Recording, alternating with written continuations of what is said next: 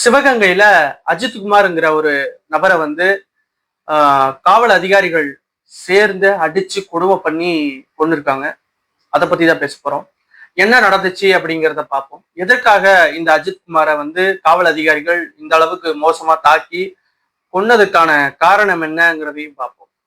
இந்த அஜித்குமார் திருநெல்வேலி மாவட்டத்தில் இருக்கக்கூடிய திருபுவனம் காளியம்மன் கோயில்ல பாதுகாப்பு பணியாளரா வந்து 2 மாதமாக பணிபுரிந்து இருக்கிறார். அந்த பணியில இருக்கும் போது ஒரு ஒரு 2 பெண்கள் வந்து அந்த கோயிலுக்கு வந்து வந்திருக்காங்க. அதாவது அம்மாவும் பொண்ணும் 2 நபரும் வந்து அந்த கோயிலுக்கு வந்து வந்திருக்காங்க. அப்போ என்ன நடந்துச்சு அப்படின்னு பாத்தீங்கன்னா, அந்த பெண்ணுடைய அம்மாவுக்கு வந்து கொஞ்சம் உடல்நிலை சரியில்லாத காரணத்தாக அவங்க என்ன பண்ணிருக்காங்க பாத்தீங்கன்னா, இந்த அஜித்குமார்ங்கிற மாணவன் வந்து அந்த அம்மாவை வந்து டிராலியில அழைச்சிட்டு போயிட்டு கோயில்ல விட்டுருக்காங்க. விடும் பொழுது என்ன சொல்லியிருக்காங்க அப்படின்னா, அவங்களுடைய காரை வந்து பார்க்கிங் பண்ணணும் அப்படின்ட்டு அந்த கார் சாவியை வந்து என்ன பண்ணிருக்காங்க, இந்த அஜித்குமார்ங்கிற பையன்கிட்ட வந்து கொடுத்துருக்காங்க. இந்த அஜித்குமாருக்கு வந்து கார் ஓட்ட தெரியாத காரணத்தினால இந்த அஜித்குமார் என்ன பண்ணிருக்காங்கன்னு பாத்தீங்கன்னா, இன்னொரு அஜித்குமாரோடைய ஃப்ரெண்டு அப்படின்னு சொல்றாங்க, அந்த நபர்கிட்ட வந்து கார் சாவியை கொடுத்து பார்க் பண்ண சொல்லியிருக்காங்க. எல்லாம் முடிஞ்சதுக்கு பிறகு கார் சாவியை வந்து அவங்க கிட்ட கொடுத்துருக்காங்க. அவங்களுடைய பூஜை எல்லாம் முடிஞ்சிட்டு திரும்பி அந்த 2 பெண்மணிகள் என்ன பண்ணிருக்காங்க அப்படின்னா, அந்த காருக்கு வந்து போயிருக்காங்க. போயிட்டு என்ன சொல்றாங்க அப்படின்னா, காருல வந்து நான் நகை வச்சிருந்தேன், என்னுடைய நகை வந்து திருட்டு போயிடுச்சு அப்படின்னு அங்க இருக்கக்கூடிய ஒரு காவல் நிலையத்துல வந்து புகார் அளிக்கிறாங்க. இவங்க சந்தேகப்படக்கூடிய நபர் யார் என்று பாத்தீங்கன்னா, இந்த அஜித்குமார் தான் நான் சாவி கொடுத்த நபர். இந்த நபர் மேலதான் எங்களுக்கு வந்து சந்தேகமா இருக்கு அப்படின்னு அந்த 2 பெண்மணியும் வந்து சொல்றாங்க.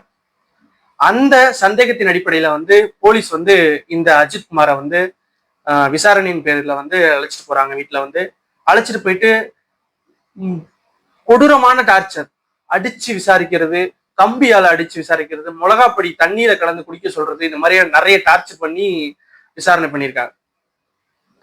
திருப்பி அந்த அந்த அஜித்குமாரோடைய தம்பியையும் வந்து அழைச்சிட்டு போயிருக்காங்க. அழைச்சிட்டு போயிட்டு அவரையும் அடிச்சு டார்ச்சர் பண்ணி ஒத்துக்க சொல்லி டார்ச்சர் பண்ணதாக அங்க இருக்கக்கூடிய மக்கள் சொல்றாங்க. அடிச்சு விசாரிக்க போது என்ன பண்ணியிருக்காங்க அப்படின்னா, எங்க நீ வச்சிருந்த அப்படின்னு கேட்டு அடிச்சிருக்காங்க. மீண்டும் அந்த நபரை வந்து காளியம்மனுக்கு, அதே காளியம்மன் கோயிலுக்கு பேக் சைட்ல இருக்கக்கூடிய ஒரு மாட்டு கொட்டகை, அந்த கொட்டகைக்கு அழைச்சிட்டு போயிட்டு அடிச்சு, கம்பியால அடிச்சு, மிக கொடூரமான முறையில வந்து அடிச்சு ரொம்ப மோசமா அடிச்சிருக்காங்க. அடி தாங்க முடியாம அந்த அஜித்குமார் வந்து மரணம் அடைகிறார். இத அந்த காவல் அதிகாரிகள் வந்து அவங்க வீட்டுக்கு தெரிவிக்கிறாங்க. அப்ப எவ்வளவு மோசமா அடிச்சிருப்பாங்கிறது பாருங்க. அந்த நபர் வந்து நான் எடுக்கல அப்படின்னு பல முறை சொல்லியுமே இந்த போலீஸார் வந்து என்ன பண்ணிருக்காங்க அப்படின்னு பாத்தீங்கன்னா, சந்தேகத்தின் பேர்ல அடிச்சு மிக கொடூரமா பண்ணியிருக்காங்க அந்த அந்த அஜித்குமார்ங்கிற ஒரு நபரை. இன்னைக்கு அந்த குடும்பத்தினர் என்ன பண்றாங்க அப்படின்னு பாத்தீங்கன்னா, இதற்கான நீதி கிடைக்கல அப்படின்னா கண்டிப்பாக இதற்கான அஜித்குமாரோடைய பாடியை வந்து நாங்க வாங்கிக்க மாட்டோம், உடலை வந்து நாங்க வாங்கிக்க மாட்டோம் அப்படின்னு போராட்டத்தில் வந்து ஈடுபட்டிருக்காங்க. தமிழ்நாடு முழுவதுமே வந்து இது ஒரு மிக பரபரப்பான சூழ்நிலையில வந்து இந்த சம்பவம் நடந்திருக்கு. 2020 இதே சம்பவம், இதே மாதிரியான சம்பவம் 2020 வந்து சாத்தான்குளத்திலையும் நடக்கப்பட்டது. தந்தையும் மகனும் வந்து இதே மாதிரியான ஒரு சூழ்நிலையில காவல் அதிகாரிகளால அடிச்சு மிக கொடூரமான முறையில கொல்லப்பட்டார். அன்றைக்கும் இந்த அரசு வந்து சரியான ஒரு தீர்வு எடுக்காமல் விட்டதன் காரணமாக தான் இன்றைக்கு இந்த கொலையும் நடந்திருக்கதாக பலரும் வந்து குற்றச்சாட்டு வைக்கிறாங்க. போலீஸுக்கு எதற்காக இந்த அளவுக்கு ஒரு கொலவெறி மக்கள் மீது அப்படின்னு தெரியல. அதாவது ஒரு விசாரணை அடிப்படையில வந்து நம்ம ஒரு பொதுமக்களை அழைச்சிட்டு போறோம் அப்படின்னா அவங்களை எப்படி நம்ம விசாரணை பண்ணுமோ அந்த வகையில தான் விசாரணை பண்ணணும். ஒத்துக்கல அப்படின்னா நீங்க அடிச்சு உங்களுடைய பதவியை நீங்க தக்க வச்சுக்கணும். உங்களுடைய எப்படி சொல்றது அப்படின்னா, ஒரு தப்பு நடந்திருக்கு, அந்த தப்புக்கான குற்றவாளியை நீங்க பிடிக்க முடியலைன்னா யாரோ ஒரு அப்பாவியை பிடிச்சி நீங்க அடிச்சு கொடுமை பண்ணி இந்த அளவுக்கு மோசமா கொள்ற அளவுக்கு எதற்காக இந்த அளவுக்கு ஒருவரை கொன்றுதான் உங்க பதவியை வந்து நீங்க தக்க வச்சுக்கணுமா, இல்ல உங்க பதவியோட பவர் நீங்க காட்டணுமா? அதாவது ஒரு குற்றவாளியை கூண்டில் ஏற்றக்கூடிய இந்த அரசு அப்பாவிகளை அடித்துக் கொள்வது ஏன் அப்படிங்கிறது இன்னும் கேள்விக்குறியாதான் இருக்குது. எதற்காக இந்த அளவுக்கு மோசமா அந்த காவல் அதிகாரிகள் தாக்குறார்கள் பொதுமக்களை அப்படின்னு தெரியும்.